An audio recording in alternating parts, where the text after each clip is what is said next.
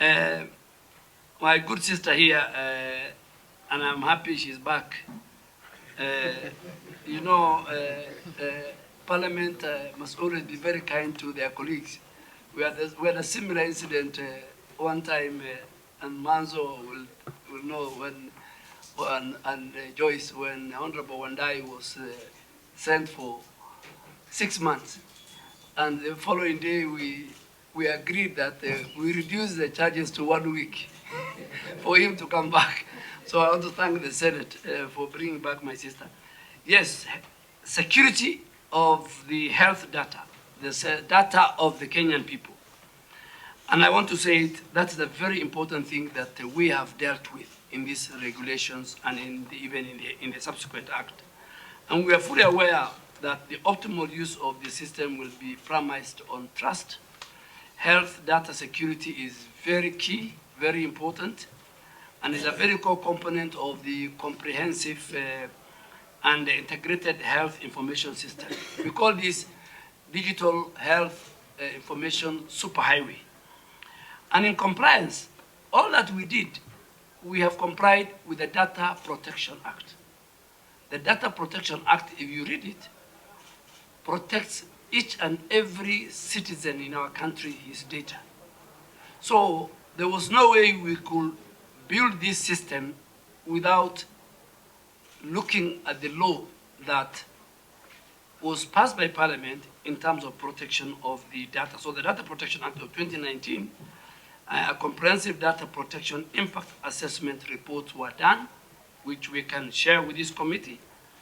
It was submitted for approval to various stakeholders, both levels of government and other institutions. It was approved. And Honorable Chair, data security is a very continuous process, globally even defined. Data. Today, we are updating our National Registration Bureau. We are updating the doctors' licensing. We are updating how many patients we have received. We are on real time on how many people. I've just said over 15,000 people have registered Taifa Care since morning. Yesterday we did 49. And to incorporate all these and in implementation of this digital superhighway health system, we look at the data security as part of our design. And there are no vendors coming. This superhighway is owned by government. It's a department of the Ministry of Health. So once you pass, there's no vendors. There's no, I'm not going to give jobs to people, so don't be worried. So the design of this system, security was a key component. And that's why I said, if Dr. Bugo, for example, I'm giving him because he's a very famous quack doctor who did a lot of damage to women in our country. If a quack doctor treats a Kenyan, that Kenyan will not be, SHA will not pay Taifa, and he'll be told you went to the wrong doctor. Two, we did what is called Establishment of Information Security Operations Center. So within our superhighway, there is men, and we have the human resources as a country. There's a center that deals with the security operation of this information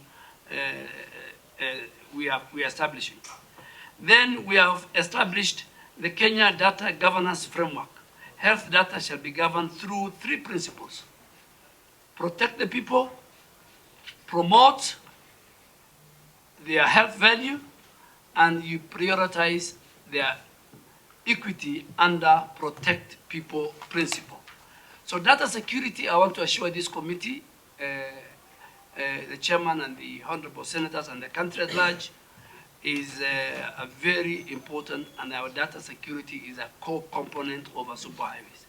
Compliance with the Data Protection Act at all levels. So the Data Protection Commissioner and staff are part of our stakeholders.